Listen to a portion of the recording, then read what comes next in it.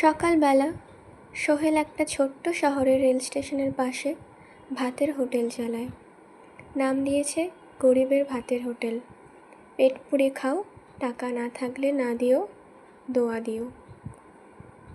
প্রতিদিন সকালে সে নিজেই বাজার করে আনে ডাল, ভাত, সবজি, কখনো ডিম, যা সামর্থ্য হয়।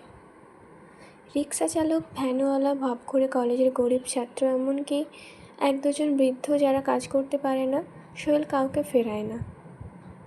একদিন এক ঘটনা ঘটল। এক বৃদ্ধ লোক এলো, পায়ে জুতো নেই, চোখে পানি। সে চুপচাপ বসে রইল। সোহেল তাকে জিজ্ঞাসা করে, সে কিছুই উত্তর দিল না।